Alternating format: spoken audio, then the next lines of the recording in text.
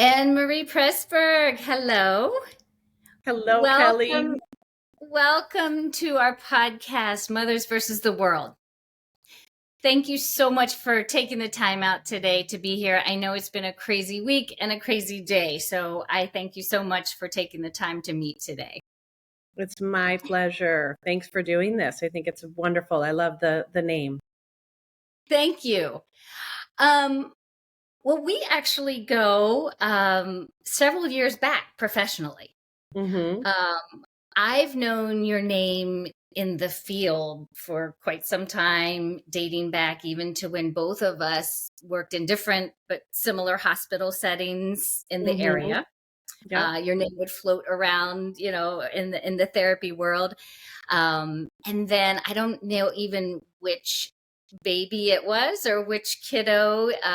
You went out on maternity leave and kindly referred and shared one of your therapy kiddos to me so that they could continue therapy while you were out on maternity leave.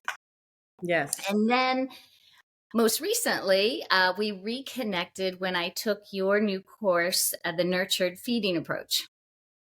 Yes. Which, It was great to have you there. thanks. It was such a delight. It was a great course. And I always knew, I've known for all over these years that you're an awesome therapist. But what I didn't realize until more recently when we reconnected was that we really share some of the same passions Mm-hmm. about what we do and how we want to make a difference with therapists and families and helping them learn new ways and less stressful ways to navigate this world of feeding their babies. You're right. Yeah, I agree. So, as you said, I mean, I think everything that you mentioned, I could say the same for you because your name has also been in the therapy world, and that's why when I went on maternity leave when I was having my fifth son. And I knew I needed to take a pause because I knew number 5 was going to be a game changer. So I didn't want to have any of my kiddos that I was currently seeing on hold with pressure to kind of return quicker than when I was thought that I would be ready to return. So some of my therapists took over some of my caseload, and then those that I couldn't fit into my practice, then I referred out. And so that's really when we connected too. But I do remember connecting at some other courses, and like you said, hearing your name. And I think the SLP world is small, but it was great having you at the course and great having those follow-up conversations because I agree. I didn't realize we had all of these things in common and things that we're really passionate about, making positive changes, like you said, bringing stress down in the feeding journey for parents, and also just helping therapists learn how to do that in a really Yeah. effective way. And I think in the more we're doing this, the more we're hearing how much the need is out there. I think right now some of that gap is being filled for that information gap is for families and probably to therapists to some extent, is social media is what's filling that gap for some. And we can jump into that a little bit later on and talk about the pros and cons of that in a bit. But I'm excited to sit down and chat today because in addition to that shared passion that we have a couple other things in common. We're both speech and language pathologists. We're both pediatric feeding therapists. And most importantly, maybe, we're moms. Yeah. You're a mom times 5, and I'm a mom times 2. But, and I know, at least for me, that's hard to separate sometimes. Mhm. I don't know if that's good or bad or right or wrong, but I know, personally, I've looked at both of my boys through my mom lens, but also a therapist lens many a time. Sometimes good, sometimes bad. Probably tried to treat them as such. Probably tried to treat them for things that were out of my discipline, even from a therapist standpoint. And then likewise, in my private practice with kiddos I see here, of course, I'm treating them on a professional level and their families. but I can't help to look at them and treat them through my mom lens as well, because, I just love all of them. So do you Absolutely. find the same? Does that happen for you too? Of course, yes. And I think, we're wives, mothers, and therapists. And I think that's kind of the order. And it's a great adventure. But yes, I would say, I think having my boys too really expanded my clinical lens, because you see all of them are so different, right? Some had like breastfeeding challenges early on, some had other challenges. And you just see, especially with feeding and development and personalities, there's just such a difference, right? And I think that clinically expands our lens exponentially. I know for me, just working through some of the breastfeeding challenges that 4 out of my 5 boys had, that helped me a lot with being able to help other families. Um, and also just that experience of being able to pass on to families, to relieve that fear of, some of this is normal. There's a big range of normal. And there's personalities, and personalities drive feeding, and personalities drive development, and all sorts of things, right? So different temperaments or different sensitivities. I know we work with kids that have sensory sensitivities, but a lot of times that corresponds, I think you find too, with different temperaments and different personalities, those more intense little kiddos who are very smart and tuned in to their surroundings and to the world. So yes, I think it is very, I always talk to families about, well, this is my therapist hat. And when I have my mom hat on, I'm in the same boat as you, right? Because when we're moms, it doesn't matter if we have 1 child or 2 children or 5 children. When we have that newborn, it feels like, oh my gosh, what do we do? How did we do this before? It's all a new journey. And so I think it's helpful to remind families of that too. Right. I don't know if that Definitely. Absolutely. answers your question, but Well, and so you started talking about a little bit about, the differences in kids. And so I thought it was interesting question, like, remember that blissful time of ignorance, like before we had our first child, or right when we were getting ready to have the first one, and you had all these ideas and these dreams of, this is how it's going to be, this is how my pregnancy is going to be, I'm going to have a natural birth, I'm going to nurse, breastfeeding is going to be wonderful, um, I'm going to make all my own baby foods, my baby is never going to have formula, my parenting style is going to be such and such. I'm going to be different than my parents were with me. Um, so back to that question about all the kids, each of the kids. Did you have that same dream that I did, or that dreaminess? It's interesting because I grew up in a big family. So I'm towards the end of many siblings and lots of nieces and nephews. So I always grew up with kids. And I thought, of course I was nervous like any mom having children, but I thought, I know kids. I'm a pediatric therapist for so many years. I've grown up with kids all my life. And then when you have your own, it's just, it rocks your world, right? In a It's big way, mind in a blowing, right? wonderful way. But I remember I had a lot of challenges early on with the first one, especially with feeding. And I did have this vision of, I was able to have a natural delivery and a natural birth. So all of that played out. But I had a lot of breastfeeding challenges. And I really struggled with breastfeeding because I was one of those moms who really wanted to breastfeed.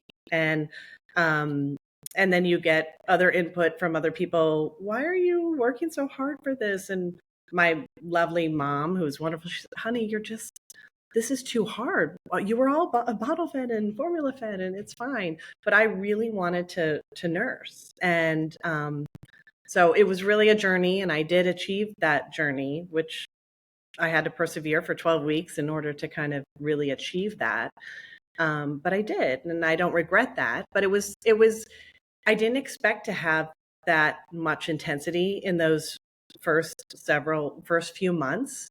with the breastfeeding journey. Like you said, I had this vision that it was just going to be easy. And I would look at other moms who could be at a coffee shop and take out their coffee and put their nursing, cover up on and just nurse. And I thought, why can't I do that? As I studied and like I said, when my therapist hat is on versus my mom hat,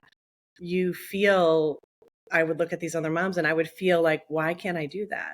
And a lot of our moms feel that way too. Like, why am I failing in this? Why can't I feed my baby? Why can't I nurture my baby in the way that I want to? And of course, we know that that's not a fail on the mom, but there is a direct correlation there with your ability to do something that you wanted to do in your mothering, that might be a little more challenging. And like you said, we know that, and I think probably we know that more from our therapist background, that it's not a reflection of you as a mom. It's not your abilities. You're not a failure at not being able to feed your child. But just like you said, it's so much pressure that, even like you said, you felt the pressure and you had that therapist knowledge, but Mm-hmm. it's still so personal. And then adding on the pressures of others, just like you said, of family, of well-meaning, Right. well-loving people, moms, aunts, grandmas, friends. It's a lot. And I think, I'm so glad you just explained it so well, because then also as therapists, we know, and the research tells us how, with that stress, what that does to the feeding, the dyad, the feeding journey, just the stress alone that Absolutely. sometimes moms are just putting on themselves. Absolutely. And that research also shows us that there is that direct correlation. And I share that with a lot of my families and moms, that oftentimes the research shows that mothers do equate their mothering or their success at mothering with their ability to feed their child successfully. The fathers sometimes do, but not so much. For dads, when there's a feeding challenge, it can be more that they want to fix it and they want to help. So that's where the frustration is, but they don't equate that to their parenting. And so I think that's the extra pressure that most moms fall into having. And it's just part of being a mom. And like I said, when I'm in the therapist mode, I'm coaching that and counseling that and nurturing that in moms and supporting that. But when it's your own, it's hard to separate it.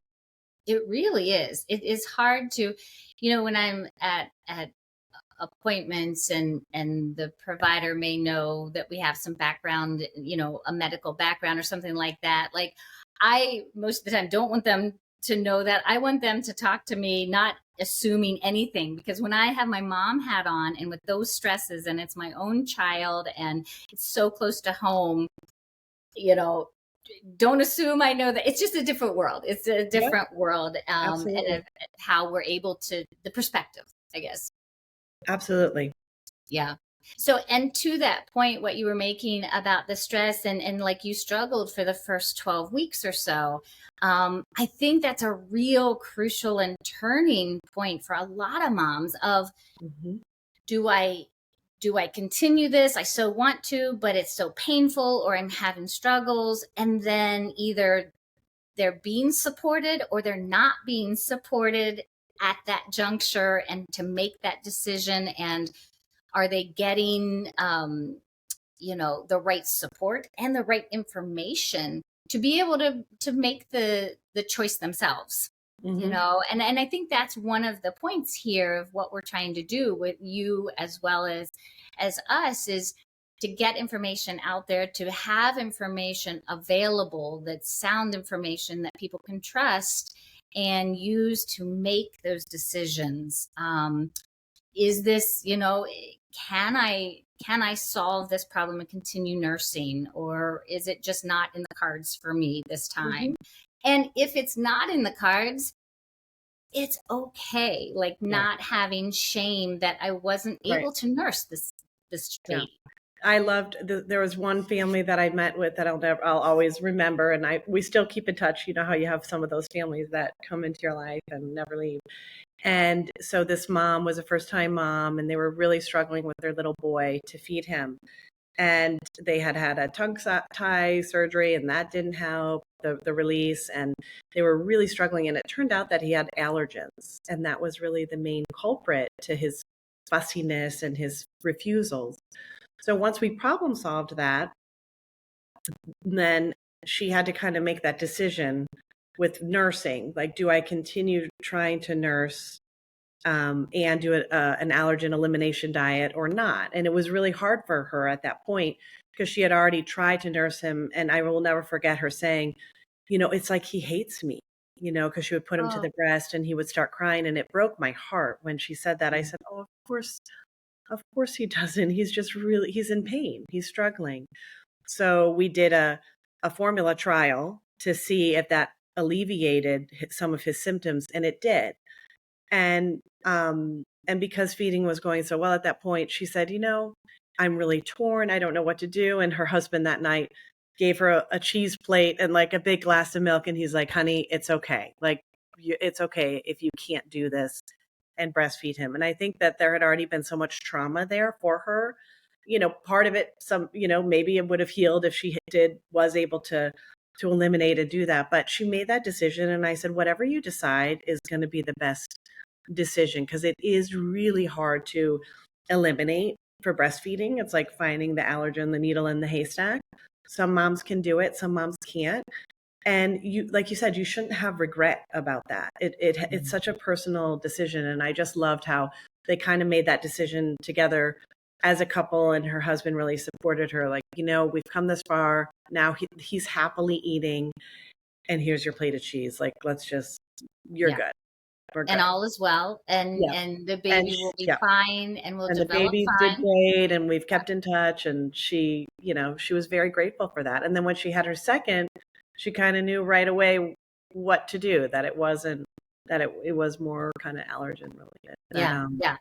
And so the support to having a support system and information available for those kinds of things, it's just so crucial, because Mhm. I think we can help alleviate a lot of either unnecessary or prolonged stress about that and Absolutely. that decision. I think we are here to provide the research, provide the statistics and the factual information, and so that families, couples can then decide what's best Mhm. for them and their Yep, baby. exactly. So, okay, so 5 boys. You did mention a little bit, like, yeah, that they're not all the same and different temperaments, different. So, are there any particular bumps in the road that you could share with us, just to just anything, things that you weren't expecting, sensory Just issues, with feeding just with issues? with okay.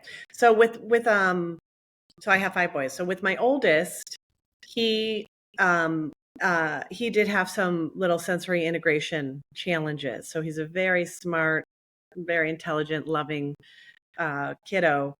But when our second one was born, it was very hard. We really went through kind of a tougher time, and we discovered that he did have some sensory regulation challenges. So as a therapist, I would refer all the time to the Greenspan floor time approach for families that were encountering these difficulties. And so I remember calling Jake up once, Jake Greenspan, it's the son of Dr. Greenspan. And I said, well, I'm referring myself. And they worked wonders and really helped us through a very bumpy time. And just learning that ability to kind of connect with your child in a different way, that because of your child's temperament, he's more of a choleric. And so the more we would dig in, the more he would dig in. And I'll never forget Jake saying, that just reinforces the dig in, the stubbornness. So we just found different ways of empathizing with him with whatever meltdown he was having. Oh, you really wanted that car. And that would immediately diffuse the meltdown. Yes, I do. Because once he felt understood, then you could kind of reach his brain. But if if you just kept saying, oh, well, we can't take that car with us, that's so-and-so's car, we have to leave it at their house, that would just continue with the tantrum, right? With the regulation, his brain was locked because he's like, I really want to take this car home from so-and-so's house, for example. And so just through those strategies of learning to empathize, oh, you really want that car. That car is so special. What did you like about that car? And connecting with them, then he would come out of the tantrum and we could access his brain and we could say, do you think we could leave the car somewhere else? And then next time when we come, we could come and get it. Sure. Boom. So then we have this peaceful transition, and it doesn't happen that way, right? You learn these techniques, you learn these strategies of how to connect with your children. So our oldest son is more driven. He just graduated from 8th grade, and he's doing really well. He graduated actually valedictorian, so we were really proud of him. And so we're like, all those intense moments, and I'll never forget. See, moms need each other, so I run a moms group that I host once a month, and we have various speakers come in on just different topics of either things of the home or parenting or something fun to do for moms, because we all need that support. We're all more or less like in this boat of weathering the waves and the storms and the happy moments, and you have to know that you're not alone in those challenges with feeding, or those challenges with a child struggling with sensory integration or different behaviors, that you're not alone. Because a lot of times parents feel alone. I'm sure you have that too, where parents just tell you that they didn't know that other people struggle with this. And oftentimes I share that with parents, a lot of families are struggling with this. I see this a lot. And even that brings some relief somehow to them, because then they feel, oh, so I'm not just this parent who doesn't know what I'm doing, right? So that support from other parents is so critical. And I'll never forget a friend of mine, when we were really having those challenges with this intense little adorable boy, she said, I know this is no consolation because he's only 3, but she had older children. So her youngest was the same age as my oldest. Okay. And she had 5 other children, I think. And she said, but you're never going to have to worry about his homework when he's older. And I thought, okay. But by golly, I never had to worry about his homework. I mean, he would have everything. This is my plan. This is what I'm doing. And as a result, I think of that methodology that we used of using that empathy. He is a super empathetic kiddo now, where I really worried about that when he was younger.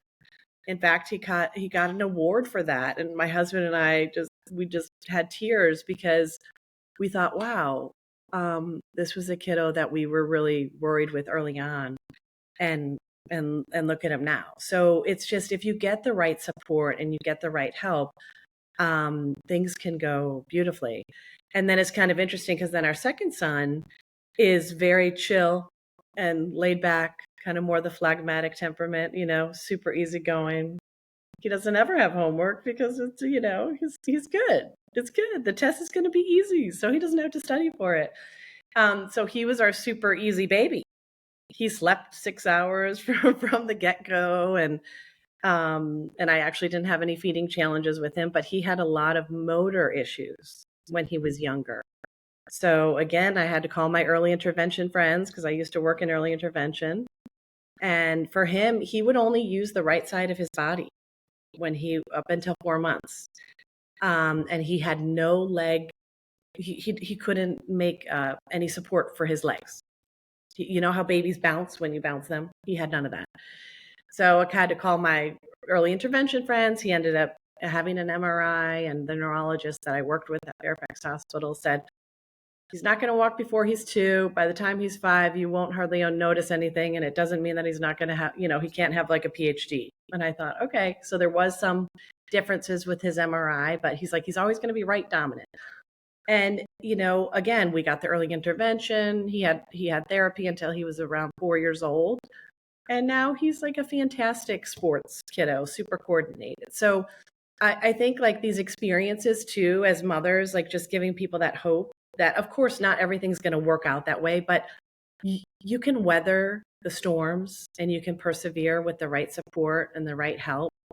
And things will get better. So yeah, I won't tell you the journey of all my boys, or we'll be here forever, but Well, and I'm sure they're all interesting though and all unique to each other too. Yes, because then our But third one, we always call him the hybrid. He's always kind of go go go, and a little more on the intense side. But he's our stitches boy. He's had so many stitches. It's oh, I mean, it got to the point where I thought, oh my gosh, if we show up to the ER again, I think they're going to call CPS on us. Like, he knew his way to the ER. He's like, Mommy, the pediatrics is this way. You know, I'm like, I know, but you shouldn't know that.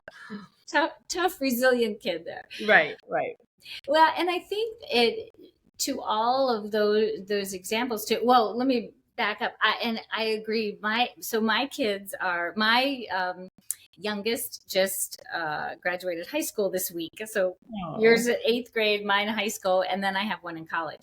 And so wow. I think it's so the one of the things that I have loved, just love more than anything, is that how unique they are. Like you Hmm. mentioned temperament and personalities earlier, and that is so true. I mean, they came from the same genes, but the mix of the two of us and just how their disposition and things, I just think it is so cool. Yeah, But at the same time, you have to learn how to parent differently. it is. And it's very hard. And you really do have to parent each child uniquely. And Yeah. I loved studying the temperaments. A lot of my friends would introduce me to different things of the temperaments, like the choleric and the sanguine and the phlegmatic. And it is really helpful to kind of learn your child's temperament, because the approach of your parenting has to be completely different. Like with my oldest son, I don't have to worry about his homework. He does it on his own. Whereas the second one kind of likes you to sit with him, and he likes company. And so we found, by reading books and studying and talking to other parents, that I just say, hey, I have some work to do too. Why don't you sit next to me and you do your study guide and I'll do my work. And then he's as happy as a clam and he can sit there forever and do it. And that's all he needs. Right. But Is- otherwise, you're like, why can't you sit down? Why can't you sit down and do it? Why aren't you doing your homework? There's another philosopher that I really like is Dan Siegel. So he has the no drama discipline for parenting, and it's a great philosophy, just a great way to look at kids. And I think we both have that approach in our therapies, and I'm sure in your mothering too, but just that respect for the child and the respect for their temperaments, what they're teaching us, how to connect with them. Of course, we're not going to do it perfectly and we're going to make mistakes, but that's the beauty of sorry and forgiveness, and right, and you teach them right. those things too. And kids are so, I mean, thank goodness, right? They bounce back so well. They're so resilient. They take our mistakes in stride because, I Yeah. mean, nobody's perfect. There isn't a manual. No. And we're all learning. We're learning every day. I learn from from my own kids, but my kiddos here at work every single day. I mean, there's something I learn. And even from just watching the interaction from the parents or between the parents and them. Um, I mean, no two kids are alike. I really believe that. And that's, one of the main things from how I practice too is just very holistic. And I look at the whole kid and the whole family as a unit because you just can't have a one approach or one prescribed approach, I think, for any particular person. I think we're too complex I of a agree. species for that. We're also unique. And I think, with all of these differences that we're talking about and all these unique characteristics and the different personalities and parenting approaches and feeding approaches, um, the one thing that I keep thinking of is and just that overwhelming feeling of that first baby or second baby or third baby when you get them home. It's like that's brand new again, right? Yes, And absolutely. so, as much as we can prepare ahead of time or, kind of have a plan, but we have to be flexible, obviously. With kids, but as long if we can get some of the good foundational sound information so we at least feel prepared so that we have a plan of attack, and then when things go wrong, awry, or we come up on a bump in the road, it's okay, we know it's going to be okay, and then we just reach out to whoever we need help from Absolutely. the help's there. It's just can be a lot less stressful. I mean, I think we can just be somewhat prepared in the beginning, as much as we can that way. Um, are there things that anything that sticks out to you that you wish you would have known ahead of time, or you wish you would have done differently with parenting? Well, I mean, I think we can all look back and see things that we could have done differently, right? Of course. Just like everything. Even after, each child, like you said, each child is so unique, and they're all little blessings, little gifts, right? Um, so I would say, I was grateful actually that we had the journey that we had with our first, because that gave us that lens of learning how, even though as a therapist, like we talked about, when you have your therapist brain and you have your mom brain, I would implement a lot of those strategies in my therapy of the floor time and the empathy and all of that.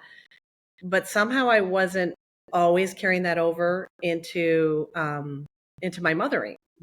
When you have your child, you have this discipline, and they have to follow this and they have to follow that, and you have to sleep train your child this way, and you just discover that there's so many ways. I think the one regret that we had early on was that we were a little rigid with our oldest, especially with like sleep training and da-da-da. And I commend people who can get their children to sleep from 7 to 7. That's wonderful. We weren't able to achieve that. And we tried that with our oldest, and it really wasn't a good fit for his personality. And we discovered that later. So I think I was happy to have those challenges early on, where they were hard times. I mean, I'm not going to lie. I remember crying lots and lots of days, like, oh my gosh, what am I doing wrong? But like you said, you reach out to friends, you have that support. And I think people, especially moms, we can't be afraid to reach out and to let people know that we're struggling, whether it's we're struggling with a child and we need some input, or we're struggling with our family or with the order of our home, or whatever it is. And that's the whole purpose of kind of the moms group that we have. We have some people who come in and they give you organizing tips, and you have this, because we're all struggling in different ways. And especially when you're trying to work outside the home, I think it's this talk about pressure, right? Where you feel like, well, I'm supposed to be able to do all of this. I'm supposed to be able to be, fully mom and work and do all of this. And I remember, I think I shared with you before that I had a friend who's a doctor, and I said, how do you do it? You have all these children, but you're also a doctor. And she said there were seasons. There were seasons where I could work more, and there were seasons where I had to focus more at home and with my kids when they were younger, and then you pick it back up. And I have found that to be such a relief. Like early on, I had that conversation because I felt a lot of pressure after my third one, where he was a NICU baby. And I was trying to kind of jump right back into seeing kids for therapy, and I never went full time, but I was seeing, probably doing more than I should have, right? Just with given our situation. And that was really helpful to hear that. Like, you don't have to do that. You can't do that. We can't do it all. There's times where you have to give a little this way, give a little that way, pull back, go forward. And we have to find that balance. And I think friendships and family and good, hopefully good family support and spousal support can assist with that. So I think,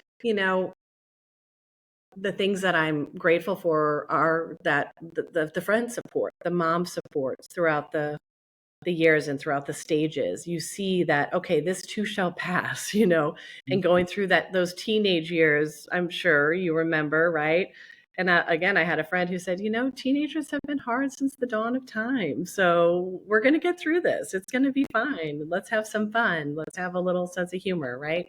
So I don't know, things that I would regret or would want to change. I think that there's always things that we can look back on, but I think it's really important to look ahead and not really beat ourselves up about the past, because I think as moms, maybe depending on our temperaments, we can tend towards that and be a little too critical of ourselves instead of, like you were saying, nobody's perfect. We're all going to hit these bumps in the road.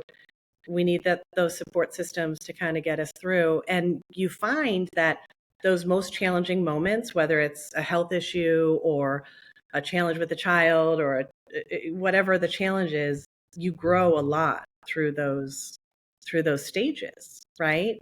Yeah. If 4 out of my 5 boys had challenges with nursing, and I felt like that made me grow a lot and made me grow as a therapist. And as you keep learning about your children and trying to connect with them, you see just different ways and different ways that you can connect more and get to know them more. So I don't know if that answers your question, but Yeah, I mean, and I think you hit it. I like so much how you said, what you learn, especially from your first one, about how you said, maybe we were a bit rigid. And I think that's probably so common because it's the first Mhm. one. You have all these, plans in mind. This is how we're going to do sleep. This is how we're going to do feeding.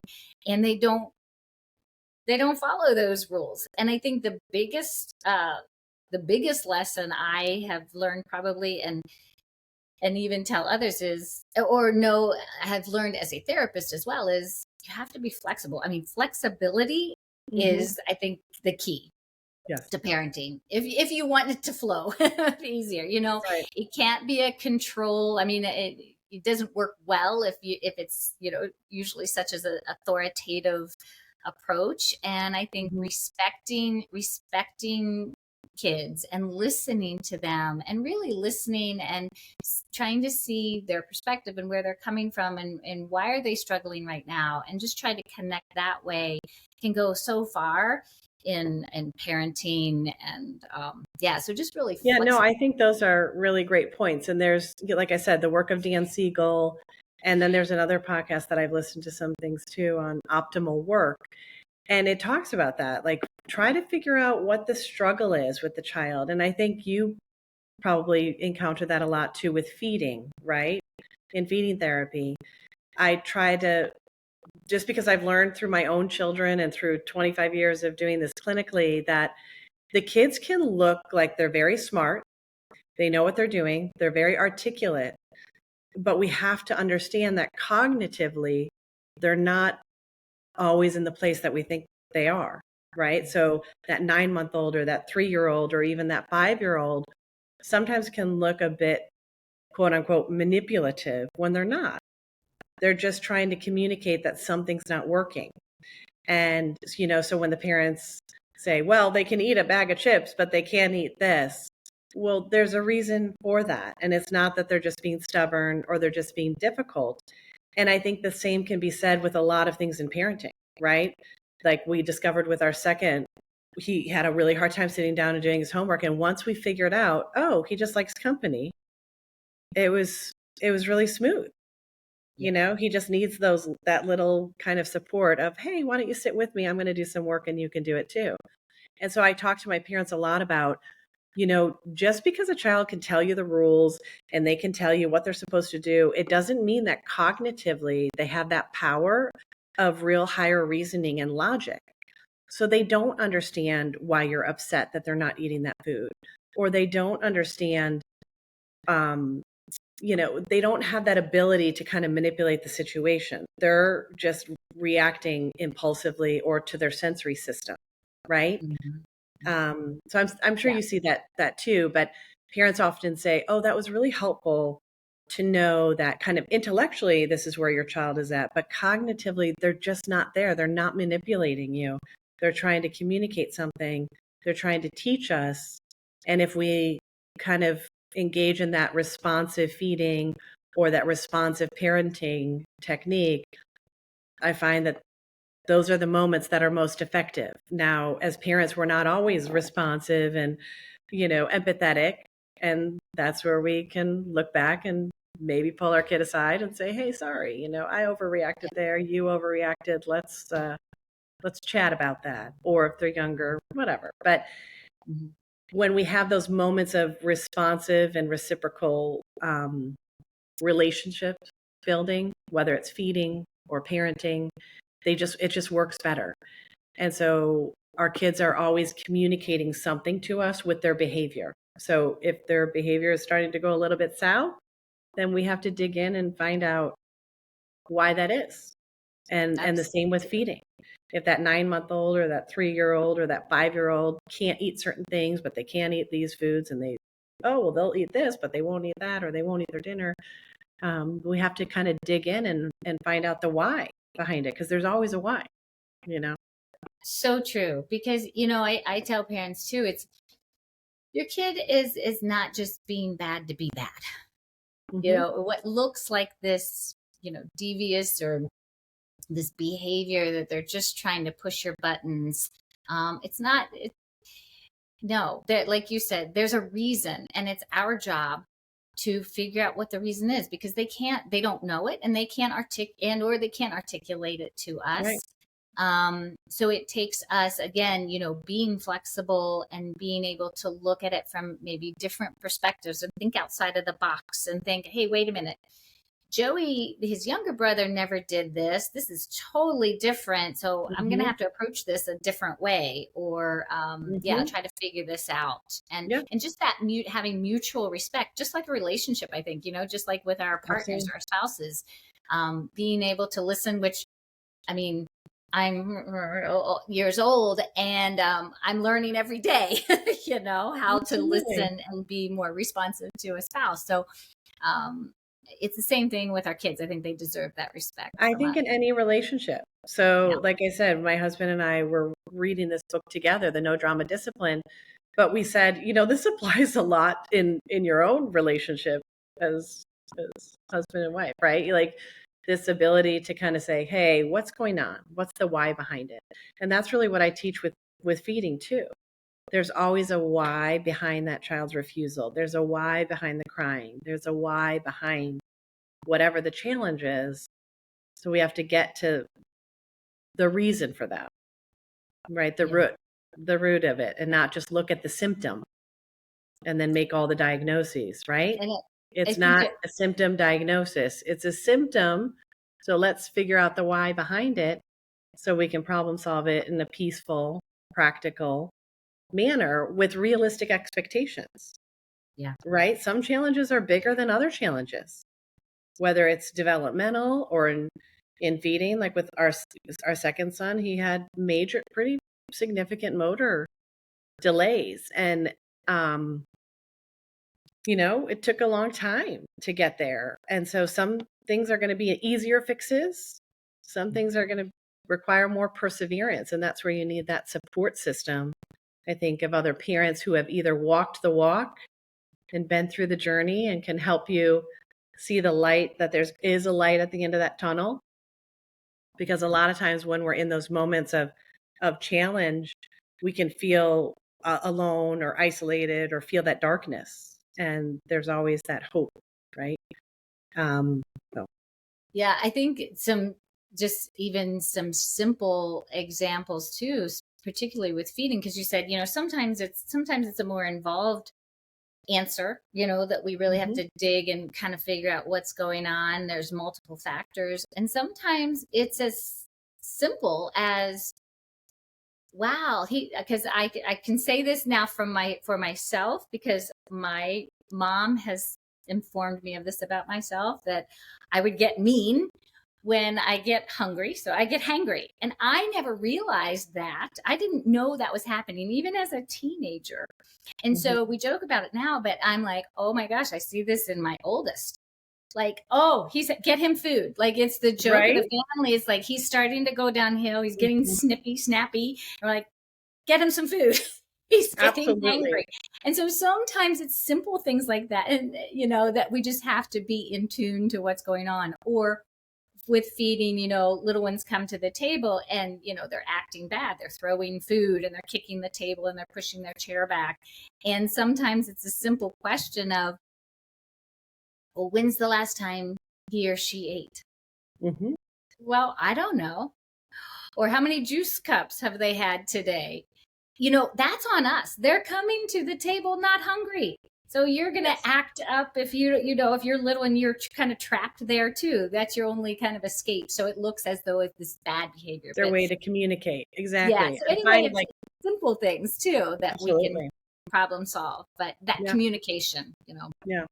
No, Um, I find that hunger drive is so critical, especially for those toddler.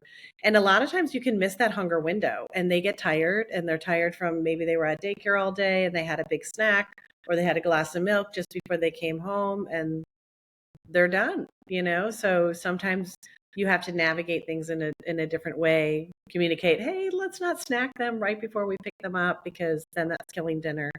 But sometimes with those toddlers, you miss the little hunger window, and they're just falling apart, and you have to call it a wash and yeah. sometimes give in to certain certain things. And I even find with myself when I miss a hunger window, it's kind of gone and then I'm fine.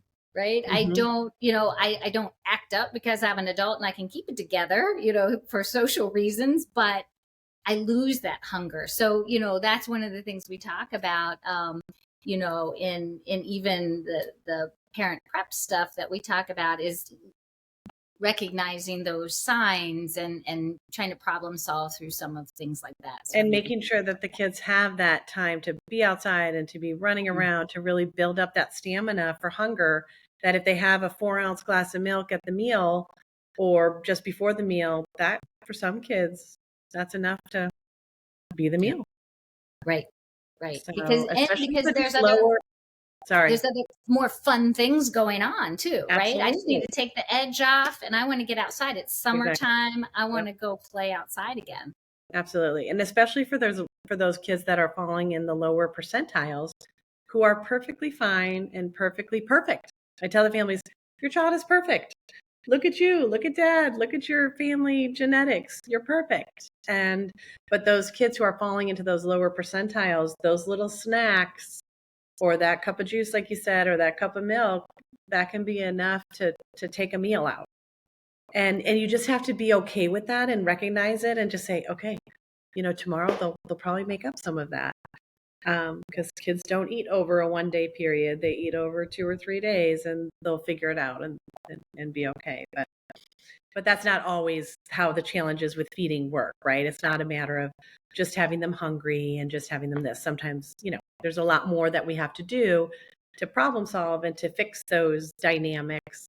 But you just don't want that stress and conflict around feeding, because that stress and conflict really impacts the relationship just in general, whether it's in infancy, where you're worried about weight gain and volume and intake.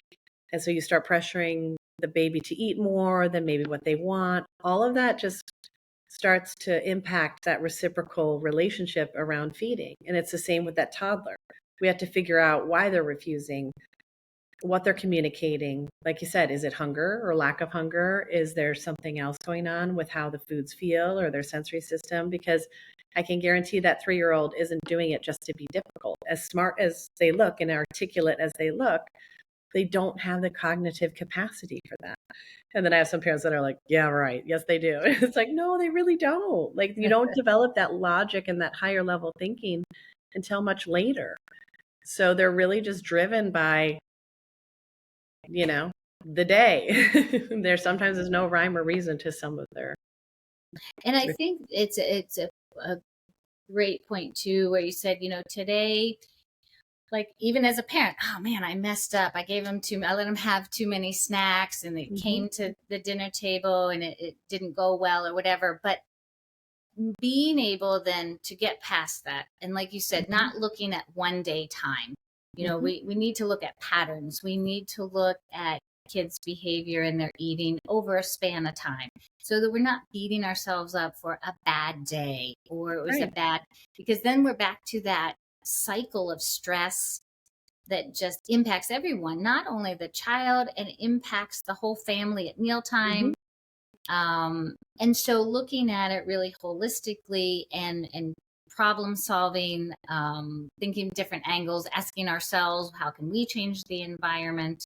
But just not having that guilt. There's no one way to do things. I truly believe that there's no one parenting way. There's no right or wrong way of doing things. Right. And we just have to do, like we said, what fits our own children Right. and their temperaments and disposition, and we can't get stuck on beating ourselves up for making mistakes or doing it wrong. No, we just do better the next day. It's like us Right. overeating. Dang on, I overate today, but I'm going to do better tomorrow. Right. And I think with those younger children, like I remember again, a friend of mine who had children, she said, we try to do family meal times. And I think that that's really, really important. And it doesn't have to be anything fancy or formal, even if it's just one adult sitting with the kid, that's a meal time, right? It doesn't have to be everyone sitting around, but the more everyone's sitting around and the more you have those opportunities, for the children to be exposed in a natural way, in a fun way, where you're trying to talk about other things other than just hurry up and eat and chew and take a bite. Because that, again, is all that stress that builds up then, and then the kids don't want to come to the table, right? But I remember a friend of mine said, there's nothing particularly pleasant about family meal times with children that are under 5. She said, it's just a matter of like persevering through it so that they learn the skill. And so you have those meals later. And I really appreciated that because I remember thinking when my kids were really young, I grew up, like I said, in a big family, but I was towards the end. And I think that's a different dynamic than when you have, your first 2 or your first 3 children. Because I just kind of followed, like now I see with my 5th son, he just follows whatever the older ones are doing. When people are like, oh, what do you do with him or what do you play? I'm like, I don't know. He just kind of follows them around. He goes out to the basketball court if they're playing basketball. He goes to the trampoline if they're on the trampoline. And I think I just kind of followed the family meal time. And I had this vision of like, that's how family meal times were going to be. Everyone's sitting around and laughing and talking and telling stories. And that's not how it is with little toddlers. It's hard. And so I really appreciated when my friend said that to me, because then it gave me a realistic expectation of what those meal times were going to look like. They might be 10 minutes, and that's okay. They don't have to be this, fancy whatnot, but sitting and in that same respect, I see even with my youngest, if I come home or I am home when they come home and I don't quite have dinner ready at the time where that toddler is starving, you sometimes have to call it a wash and say, you know what, I'm going to give you a peanut butter and jelly sandwich because I don't have the dinner ready yet and you're starving and that's what it is. But I'll still sit him down to the meal and maybe he might pick at little things, but you have that expectation of, okay, you know what, we missed the window there and that's okay. That's okay. He had a peanut butter and jelly sandwich tonight for dinner. It's fine. It's not the end of the world. He didn't have the chicken soup. So, and I think sometimes they just come to the dinner table and they're not necessarily hungry, or they loved the chicken soup one day and they hate it the other day, and there's no rhyme or reason to that. They're both normal, right? So, Yeah. but so sometimes like you might have to feed that toddler a little bit earlier than you feed everyone else. Maybe even if the dinner is ready because everyone's not ready to sit down or people aren't home yet. Sometimes you have to get that window right with those younger ones, right? Do you find It's that? tricky. They are tricky, right? Do you find that? Toddlers Yeah. are tricky. And I love how you described all that because folks, this is coming from a therapist, and she is saying, and I totally agree, that sometimes it just doesn't go as ideal as we want it to, and sticking to that plan. That some days, yeah, they just have to have the peanut butter and jelly sandwich early, and you just muddle through mealtime that night. Tomorrow might be different. We don't want that. The problem comes in, I think, when that pattern starts every night, and then Right. we That start becomes into the some norm. Right. bad. But just again, having that flexibility as a parent, and know that there are going to be good days, bad days, or ideal Absolutely. days and not so ideal days. And it's funny to hear. So I'll talk on the other end of the spectrum with older kids. Well, let me back up, because another point that I remember hearing at a certain time when I had toddlers was someone told me, there's just a period of time where you don't go out to eat. You just you don't take kids out to eat at a Right. certain age, because There's you're just nothing pleasant about it. it's more work. It's not relaxing at all. They're up, they're down there, and that's just part of, I think, parenthood at different. But on the other end of the spectrum, with my kids being teens and older adults and young adults, they've been in sports their whole life pretty much too. So travel sports, rec sports, the whole thing. So of course we have a crazy schedule of multiple, practices a night and at all different hours, because as they get older, the field time gets later and later.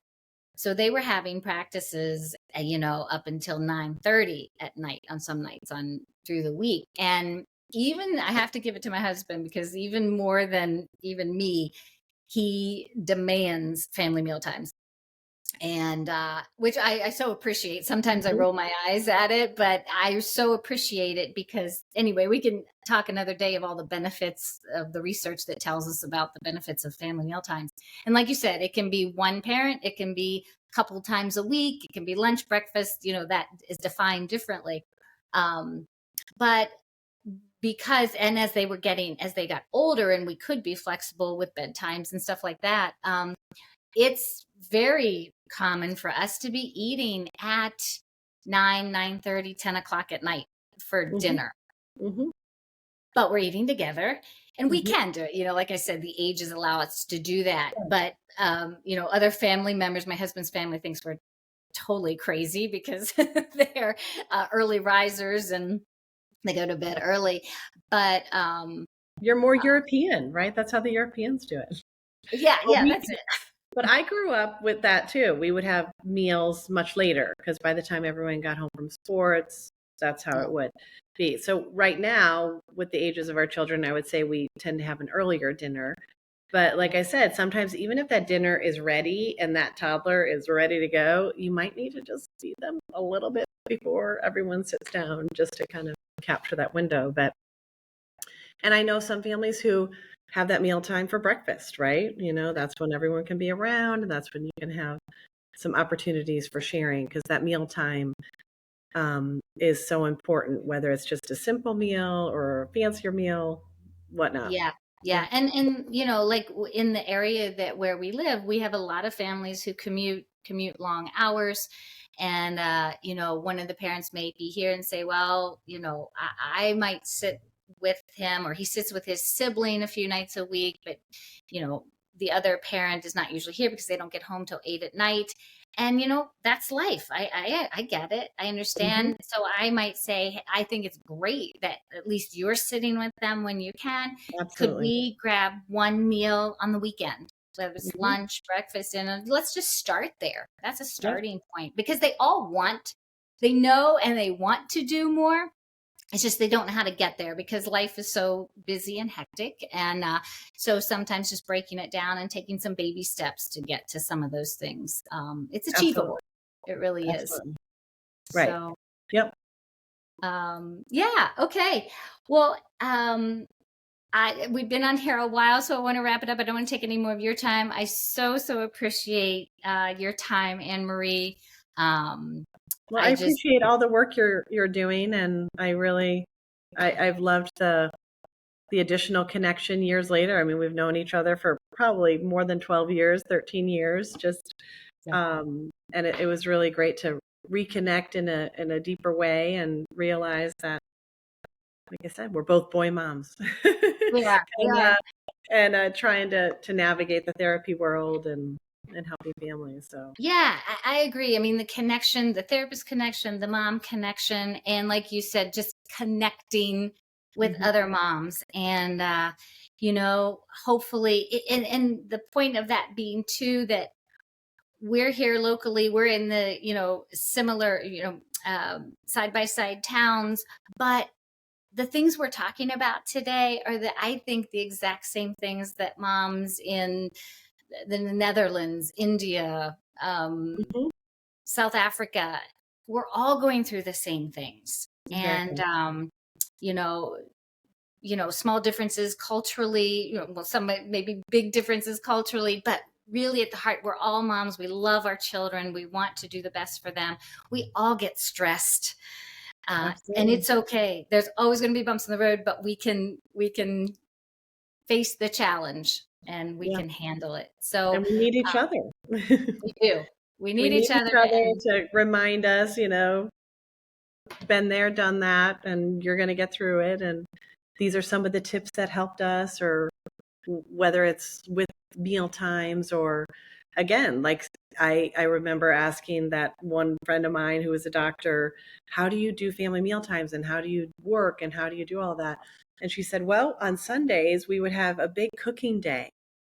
And my boys loved it. And we would just cook together on Sundays. So we would have 3 or 4 meals already ready for the week that could just be kind of ready to go.